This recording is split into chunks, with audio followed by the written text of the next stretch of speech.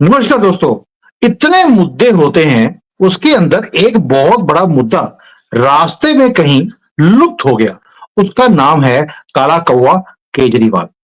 अब ये केजरीवाल के ऊपर हम बात कर रहे हैं जो कि मिड्डा जी की और मेरी दोनों की शर्त लग गई है। पहले भी शर्त लगाई थी, कौन जीतेगा लोकसभा इलेक्शन में, उसके ऊपर डिटेल में हमने वीडियोस बनाए थे। अभी शर्त ये लगी है कि मैं बोल रहा हूं कि केजरीवाल दोबारा से तीसरी बार दिल्ली का चीफ मिनिस्टर वो बन जाएगा। और मिड्डा जी बोल रहे हैं कुछ भी कर लो, बीजेपी थंपिंग मेजोरिटी से दिल्ली में सरकार बनाने जा रही है 25-30 सालों के बाद। अब इसके ऊपर डिटेल में बात करेंगे कि मुझे क्यों लगता है कि केजरीवाल जीतेगा। और मिड्डा जी अपनी पूरी वैदिक जो एस्ट्रोलॉजी का काम करते हैं लोग, उसके अंदर कैलकुलेशंस करने के बाद इन्होंने ये तथ्य निकाला, केजरीवाल 60-65 सीटें जीतने वाला 15-20 पे ही निपट जाएगा, या कह लीजिए लुढ़क जाएगा। यानी कि अब की बार केजरीवाल बाहर होने वाला है। अब थोड़ी डिटेल में बात करते हैं संजीव जी के साथ। थोड़ा सा पहले इनका सुन लेते हैं, हम अपने तथ्य थोड़ा बाद में रखेंगे। संजीव जी, जय सिया राम। जय श्री राम सुमित जी। सर, आप पहले शुरू कीजिए, केजरीवाल आपको क्यों लगता है कि हार जाएगा? सुमित जी, मुझे मुझे इसलिए लगता है कि हार जाएगा। मुझे ऐसा लगता है कि दिल्ली की जनता अब उसको देख चुकी है कि केजरीवाल है क्या चीज, और उसको पूरी तरीके से समझ चुकी है।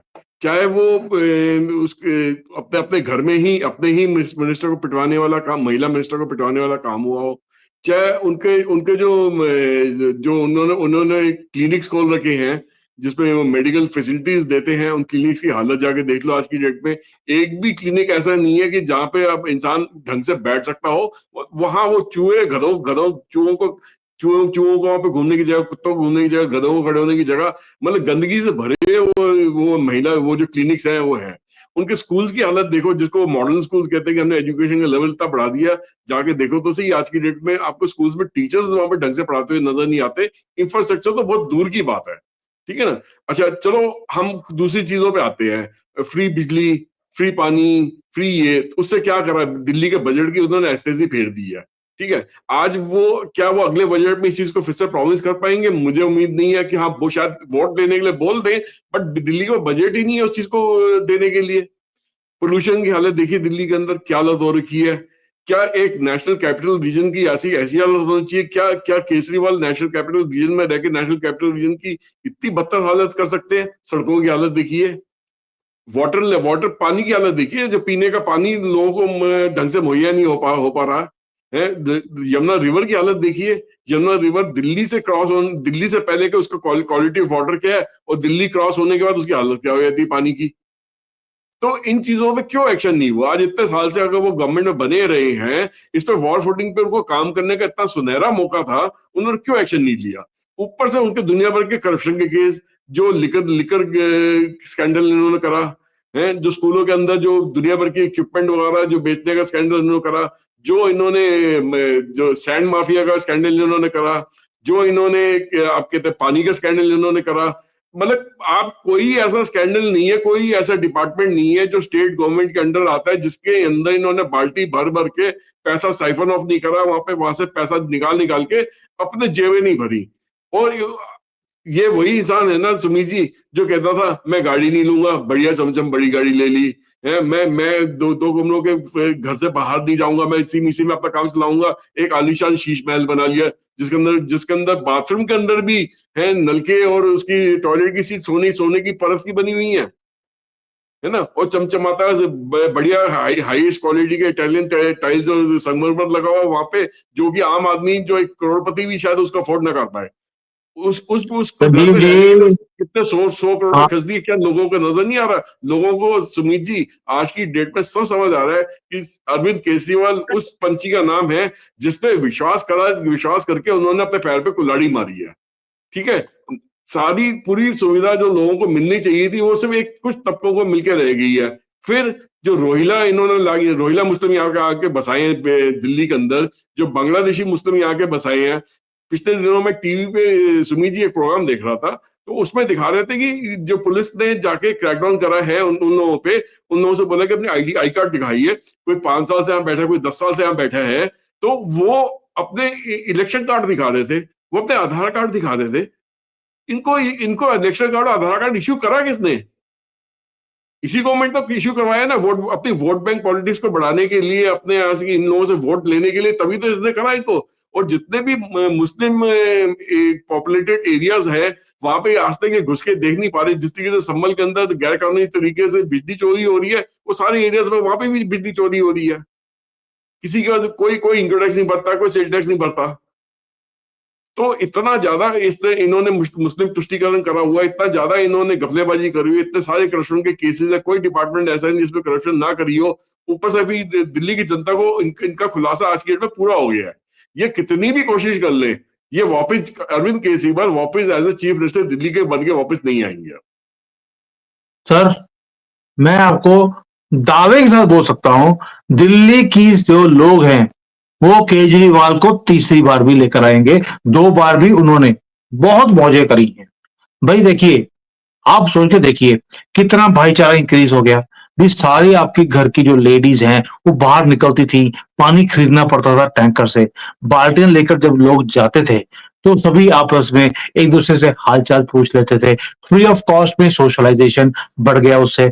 इसलिए दिल्ली वालों को, मुझे नहीं लगता कि वो कभी भी इस चीजों को भुलाना चाहेंगे या छोड़ना चाहेंगे। क्योंकि आप सोच के देखिए, फ्री ऑफ कॉस्ट भाई आपकी सोशलाइजेशन बढ़ रही है। अगर आपको 5,000 रुपए महीने में टैंकर खरीदना पड़ भी गया अपने घर के पानी के लिए, क्या फर्क पड़ता है? दूसरी बात, केजरीवाल ने पिछली बार बोला था कि हम 1,100 हर महिला को देंगे और उसके लिए बजट भी अनाउंस कर दिया। दिया 1 रुपया भी नहीं किसी महिला को।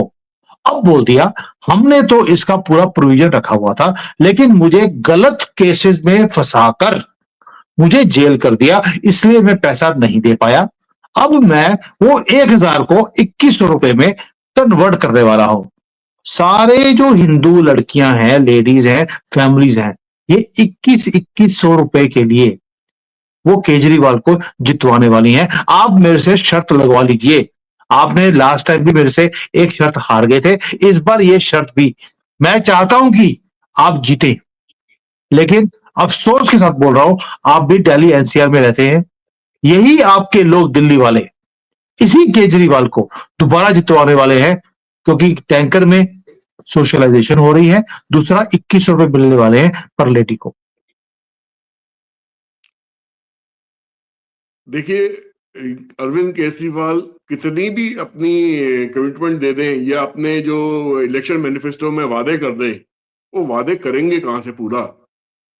कांग्रेस ने जैसे हिमाचल और कर्नाटका की स्टेट का भट्टा उठा दिया वहां के बजट का, आज की डेट में वो नेगेटिव हो गया। मतलब वो उनके पास बजट में खर्चा करने के लिए पैसे नहीं रह गए। ऊपर से वो टॉयलेट टैक्स लगा रहे हैं हिमाचल जैसी जगह पे टैक्स इकट्ठा करने के लिए।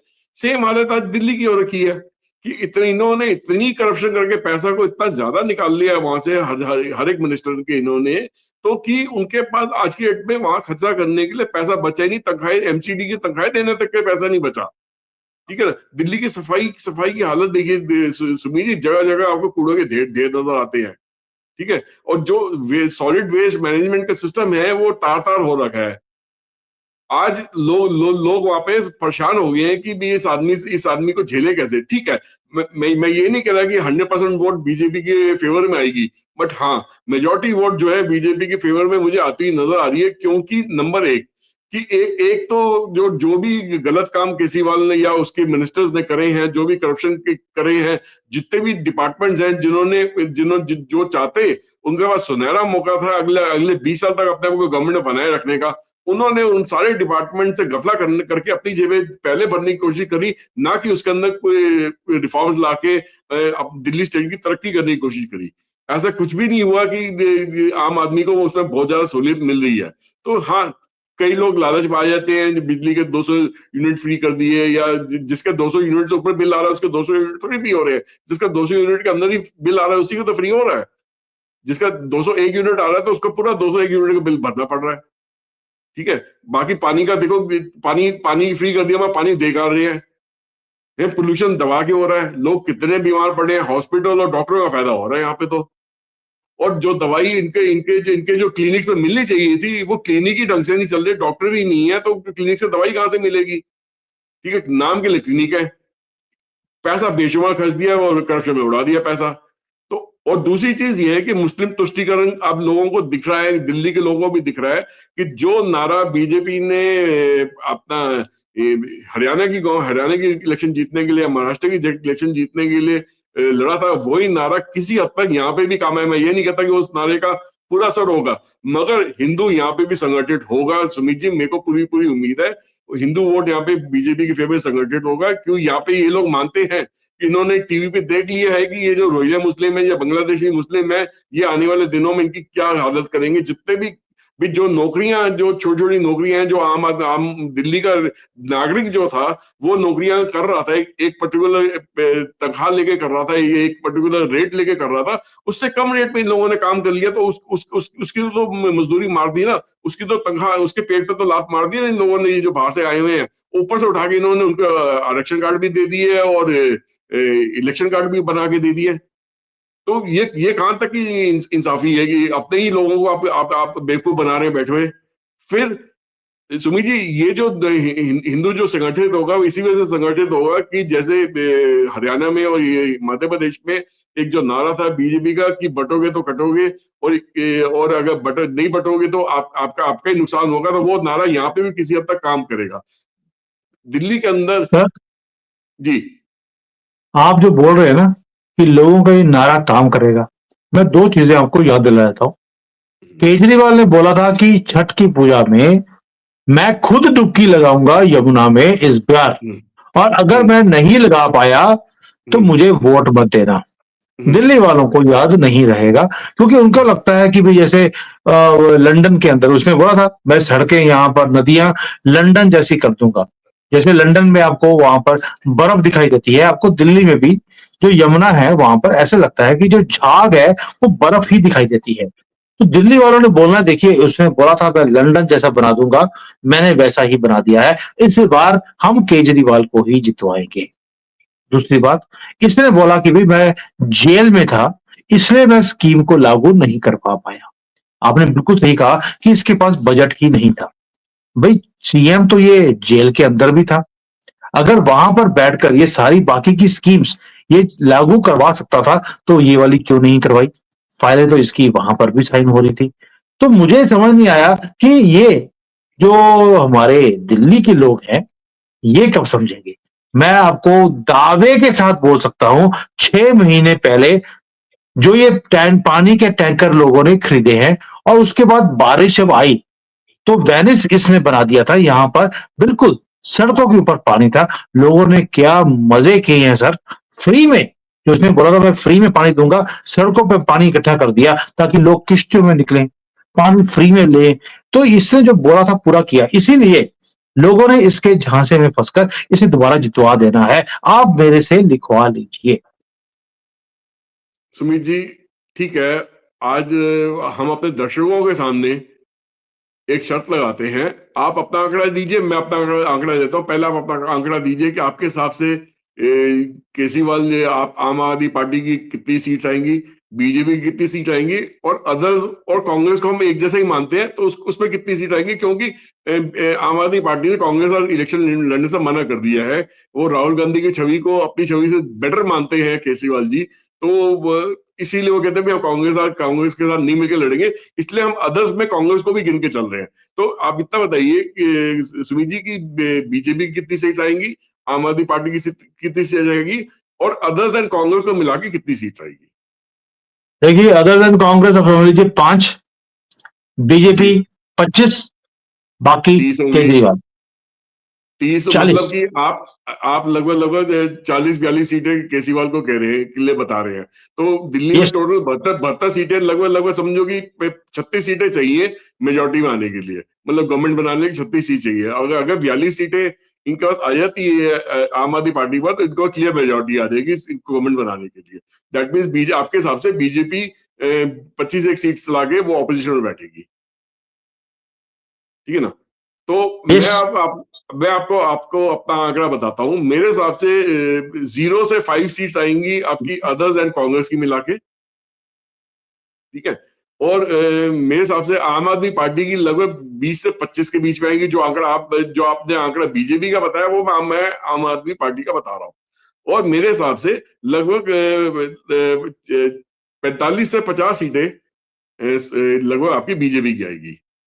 तो क्योंकि क्योंकि मैं और इसमें अगर और थोड़ा-सा और थोड़ा-सा नज़दीक चले जाएँ, तो लगभग 45 से 48 तक मैं बीजेपी मानूँगा और लगभग 20 से 23 तक मैं आम आदमी पार्टूँगा मानूँगा और 0 से 3 तक मैं अदर्स और कांग्रेस की मिला के मानूँगा। मतलब मोटा-मोटा मैं 72 सीट का ऐसा आंकड़ा दे रहा हूँ। मतलब प्लस माइनस 1-2 सीट ऊपर-नीचे का हिसाब से मैं बता रहा हूँ मैं, मोटा-मोटा।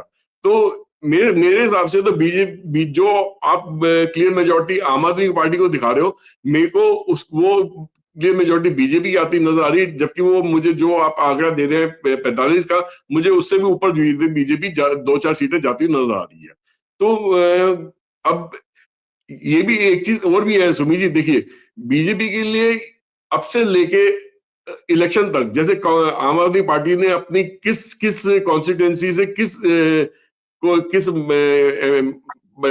कैंडिडेट को लड़वाना है, उन्होंने कंप्लीट सारी सीटें अपनी डिक्लेयर कर दी है। अभी कांग्रेस ने कोई सीट डिक्लेयर नहीं करी, बीजेपी ने कोई सीट डिक्लेयर नहीं करी।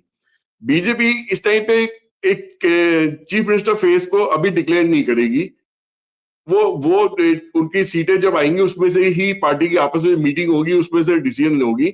अगर ये बांसुरी स्वराज को दिल्ली से लड़वा रहे हैं और स्मृति ईरानी ईरानी को भी दिल्ली से लड़वा रहे हैं, तो दैट मीन्स इन दोनों में से किसी एक का चांस वहां पे एज ए चीफ मिनिस्टर का बन सकता है। ठीक है ना? मेरे को बांसी स्वराज का ज्यादा चांस लग रहा है। मुझे नहीं लगता कि स्मृति ईरानी को लोकसभा की सीट से हटवा के ये राज्यसभा में लाना चाहेंगे। बांसी स्वराज की जो छवि है, वो कई कई गुना ज्यादा अच्छी है। ओवरऑल छवि जो है वो बहुत अच्छी है उनकी।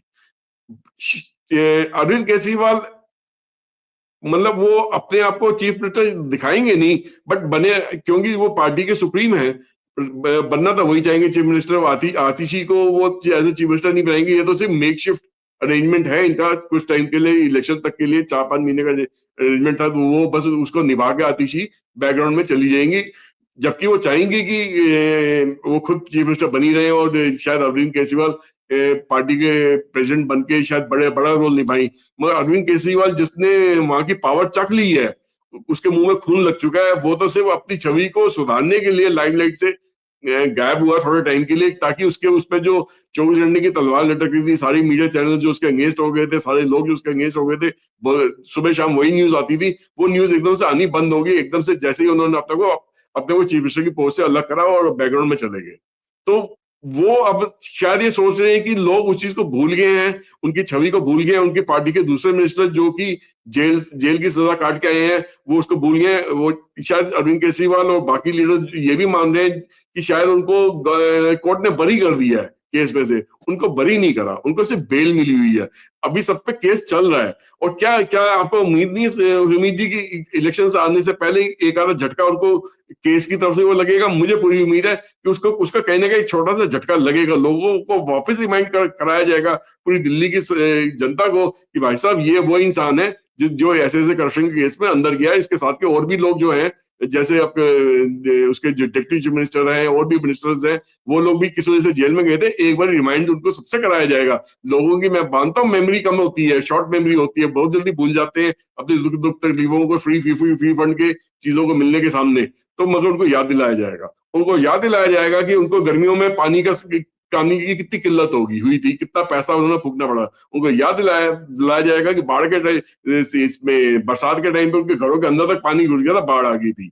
उनको याद दिलाया जाएगा कि दिल्ली की पोल्यूटेड हवा के अंदर सांस लेना मुश्किल हो रखा है आज के दिनों में। और दिल्ली की गवर्नमेंट उसके बारे में कुछ भी कर नहीं रही है, सवाए इतने यही कर रही है कि उनको आधी आधी से ज्यादा गाड़ियां उन्होंने सड़क से अलग कर दी कि फलाने इंजन की गाड़ी सड़क पे नहीं चलेगी।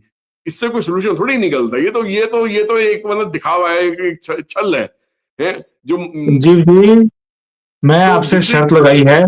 जी जो जी आप जी। बातें बोल रहे हो, लोगों का कैलकुलेशन कुछ डिफरेंट होता है। वो सोचते हैं कि अगर 2 महीने साल के हमने 5-5 हजार में अगर हमें पानी खरीदना पड़ गया, वही पानी जो मुसलमान एरिया में तो फ्री मिल रहा था, लेकिन हिंदुओं के एरिया में 5,000 में कंटेनर मिल रहा था। तो हिंदू जो है वो कैलकुलेशन ये करता है कि हमारे घर में तो 2 लेडीज हैं, दोनों को 2100 मिलेंगे तो 4200 रुपए तो 2 महीने के हो गए। भाई 1 महीने में हो गया पर महीने। अगर साल में 10,000 का पानी खरीद कर हमारे 25-30 हजार हमारे घर में आते हैं तो बुराई क्या है? इसी चक्कर में केजरीवाल जीत जाएगा। मैं अभी भी अपनी बात के ऊपर खड़ा हूं कि केजरीवाल को यही दिल्ली वाले लोग इसी कैलकुलेशन के तहत उसे दोबारा से जितवा देंगे और आपको मुझे कॉफी पिलवानी पड़ेगी चाइना में आकर। अगर मैं हारा, जो मैं चाहता हूं कि मैं हार जाऊं ये शर्त, दिल्ली में आकर आपको चाय पिलाऊंगा और ये शर्त हमारी खड़ी रहेगी। ठीक है सुमित जी, आज अपने दर्शकों के सामने मैं आपसे खुल के बोल रहा हूँ, शर्त मंजूर है। शर्त मुझे भी मंजूर है और दोस्तों आपका अपना ओपिनियन भी हमारे साथ शेयर करना। आपको क्या लगता है, क्या ये कंजरवाल दोबारा से घोटालेबाज जीतेगा या इस बार बीजेपी की सरकार आएगी? मैं खुद वीडियो बनाया था इसके ऊपर कि मेरी अपनी चॉइस भी बंसुरी स्वराज है, एक लेगेसी है उनके पेरेंट्स की। मैं लेगेसी में बिलीव नहीं करता हूं, पर मैंने देखा है कि she deserves a bigger chance. कई लोग बोलते हैं कि भाई नुपुर शर्मा को मिलना चाहिए। I agree with her also, but कुछ और चीजें हैं जो हम बीजेपी के हाई कमांड के लिए छोड़ देते हैं। बट शर्त मेरी और संजीव जी की स्टैंड करती है। ये बोलते हैं इस अब की बार मोदी सरकार, और मैं बोल रहा हूं कि यस, होना तो यही चाहिए। बट दिल्ली वाले हैं, पैसों के सामने ये बहुत जल्दी नाचना शुरू कर देते हैं और फ्रीबीज ओ हो, इससे तो दिल्ली वालों को प्यार ही बहुत है। उसमें बेशक जान चली जाए लेकिन फ्रीबीज नहीं जाने चाहिए। अब देखते हैं इस बार होगा क्या। शर्त या तो चाइना में आकर पूरी की जाएगी या भारत में। Thank you. जय हिंद। जय हिंद।